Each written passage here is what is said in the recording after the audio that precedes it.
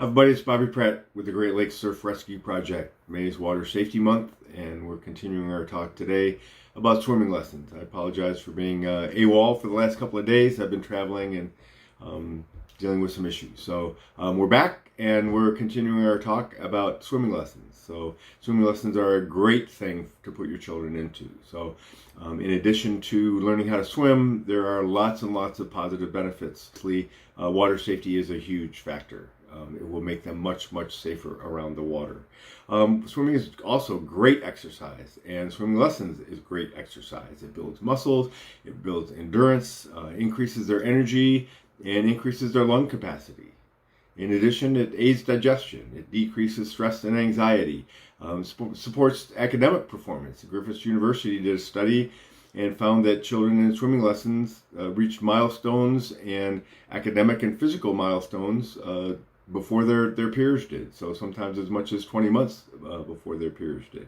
And it builds character and confidence in children. So those are just some of the side benefits for swimming lessons. We're often asked what's the best time to start swimming lessons, and we're big believers that the earlier the better. Children as young as 4 months can learn how to swim.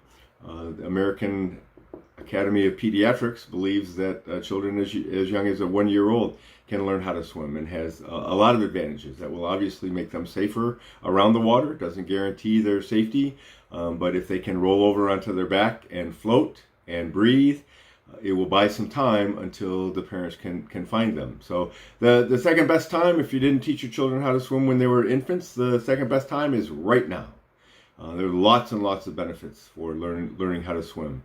A lot of times we get asked, what are the best swimming lessons? And there's lots of programs out there, everything from private swim schools to private instructors who teach in backyard pools, for example, to, the YMCA and the Red Cross. And all of the programs have benefits, and so a lot of times it just comes down to what you can afford.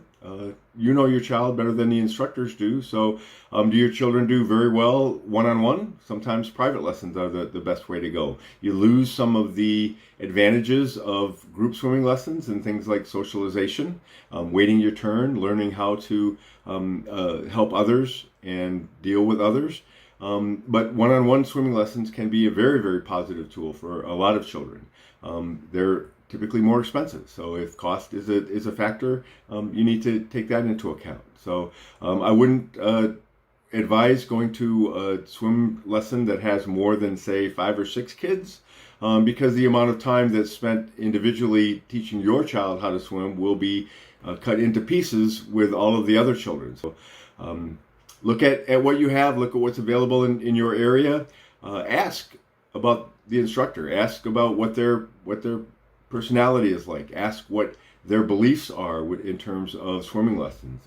Some instructors are like, hey, you know what, kids cry all the time, so I don't worry too much if the children are crying during my classes.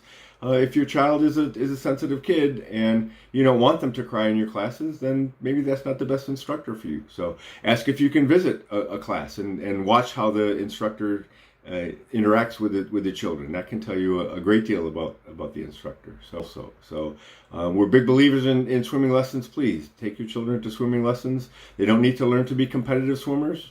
Most of the swimming agencies now are teaching water safety as an integral part, whereas in the past, a lot of swim lessons were geared toward competitive swimming. And I don't think any child needs to learn how to do the butterfly stroke if they don't want to learn how to do butterfly stroke, or learn how to do, for example, a legal breaststroke kick. But every child should have the opportunity to learn how to swim. It's a lifelong skill that every child should have. So thanks very much. We're going to jump into some kind of controversial issues over the next couple of days, next couple of weeks.